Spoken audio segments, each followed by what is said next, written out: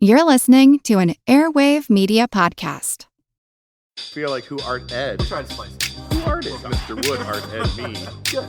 Either way, it's ambiguous. It works on so many levels. I know. That's off to a great start. Welcome to Who Arted, weekly art history for all ages. I'm your host, Kyle Wood, and today we're looking at Joan Miró, a painter, sculptor, and ceramicist whose unique vision carved a distinct path through Fauvism, Cubism, and Surrealism, ultimately becoming something entirely his own. Joan Miró was born on April 20th, 1893, in the bustling port city of Barcelona, the heart of Catalonia, Spain. His father, Miguel Miró Azarias, was a goldsmith and watchmaker, a man of craft and precision. His mother, Dolores Ferra y Oromi, came from a family of cabinet makers in Mallorca, another island landscape that would later become central to Miró's world. From an early age, Juan wasn't destined for the family trade. While his parents initially pushed him towards a more practical path, enrolling him in business school in 1907, the young Miró's true passion lay elsewhere.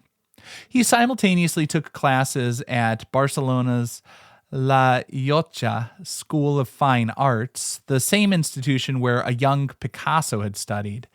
But the conflict between commerce and creativity took a toll. He had a serious bout of typhoid fever, and some say that physical illness was coupled with a bit of a nervous breakdown stemming from his internal struggle over what path to pursue in his life. He needed a change.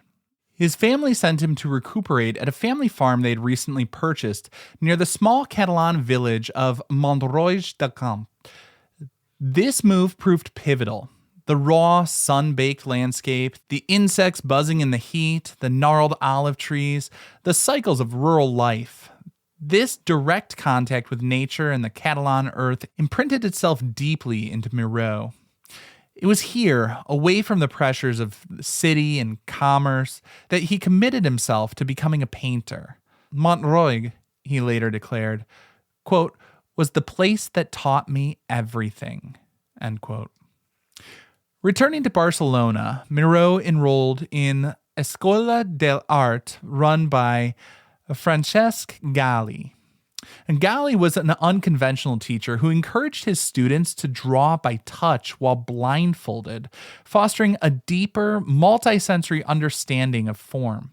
He introduced Miró to contemporary European movements, the vibrant, shocking colors of fauves like Matisse and Derain, the fractured perspectives of Cubism pioneered by Picasso and Braque. Miró absorbed these influences, experimenting voraciously. His early works from this period show a clear engagement with these styles. Bold landscapes and portraits rendered in Fauvist palettes and Cubist structures, yet already hinting at a unique decorative sensibility and a connection to Catalan folk art and Romanesque frescoes with their flat planes and strong outlines. He joined the Courbet Group, a circle of young, rebellious artists eager to shake up the Barcelona art scene. Like many ambitious artists of his generation, Miró felt drawn to Paris, Europe's undisputed capital of the avant-garde. He made his first trip in 1920, armed with introductions including one to the fellow Spaniard Pablo Picasso.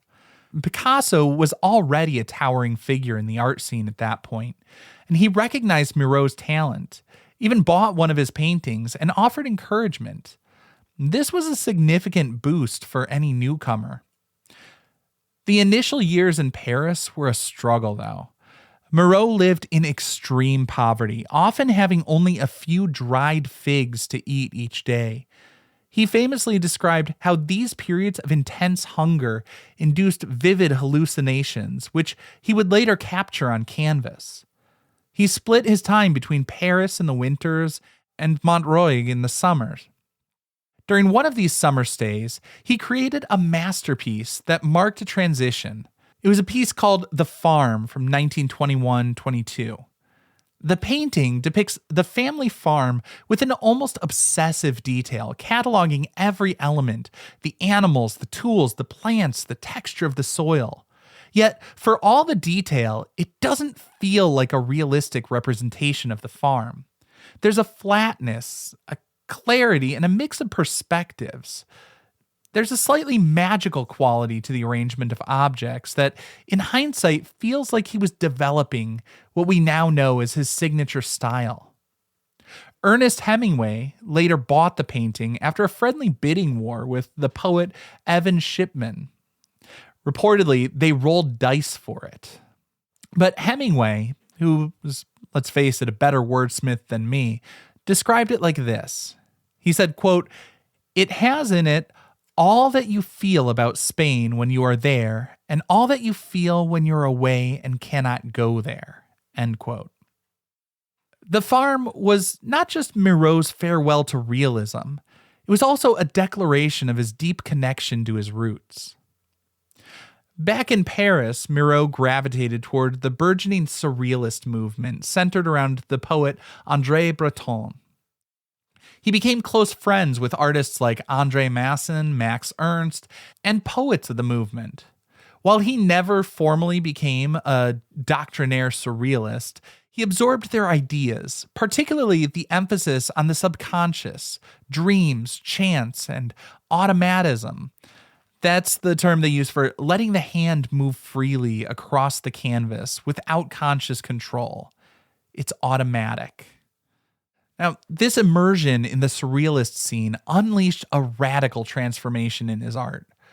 Realistic depiction gave way to a personal language of signs and symbols floating in ambiguous, dreamlike spaces.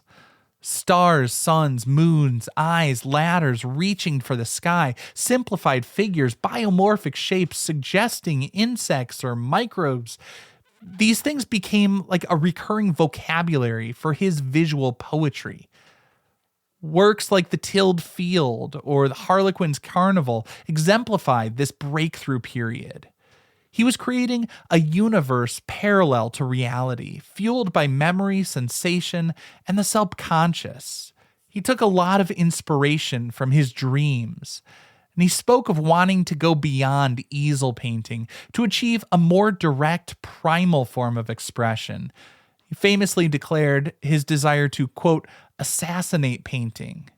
But this wasn't a destructive sort of a thing. It wasn't nihilistic. He wanted to strip art bare to find an essential core beyond academic tradition. And in doing so, he showed us that art can be both deeply personal and universally resonant, both playful and profound. Miró's legacy goes far beyond the work we see in museums and galleries around the world. Sure, it may start there, but these idiosyncratic forms, the organic shapes, they become abstracted symbols, a form of communication. And like all communication, it's not just about the speaker, it's about what we receive, the ideas that it sparks. And so Miró's legacy is not just about the visual art, but also the idea of art as a language of freedom and play with the subconscious, forever inviting us to look deeper, beyond the surface of reality. This concludes this week's episode of Who Arted, part of the Airwave Media Podcast Network. If you found this tolerable, please leave a rating or review on your favorite podcast app. You can find images of the work being discussed this week and every week on social media at Who Arted Podcast on Twitter, Instagram, and TikTok, and of course on the website whoartedpodcast.com. Podcast done.